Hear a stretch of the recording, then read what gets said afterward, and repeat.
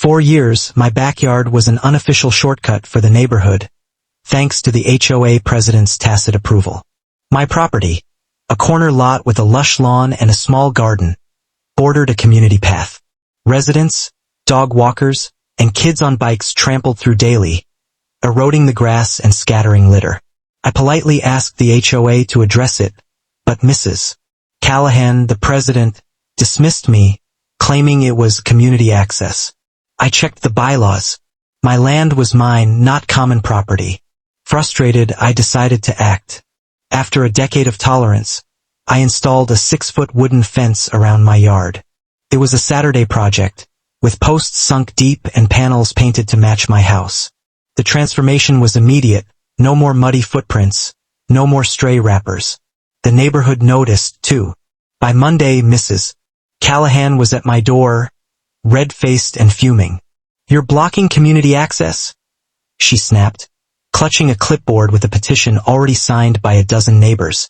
I calmly pointed out the property line marked clearly on my deed and invited her to check the county records. She stormed off, muttering about selfishness. The next HOA meeting was a circus. Mrs. Callahan rallied her loyalists, accusing me of disrupting neighborhood harmony.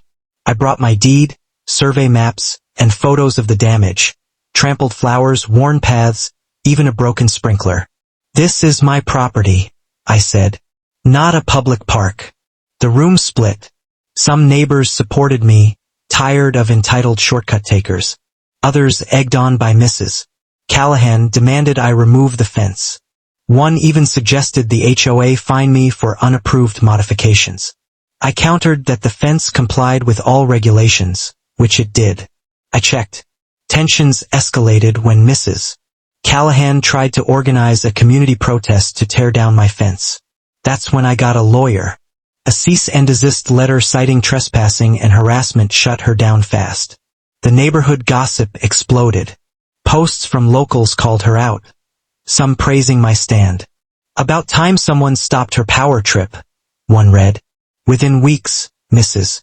Callahan resigned, citing personal reasons, though whispers suggested the HOA board pressured her out. Now my yard is peaceful. The fence stands tall, adorned with climbing roses I planted last spring. Neighbors wave, some apologetically, and the shortcut crowd has found another route. I sip coffee on my patio, savoring the quiet, knowing I reclaimed what was mine. The HOA's new president even sent a letter acknowledging my property rights. It's not just a fence. It's a boundary,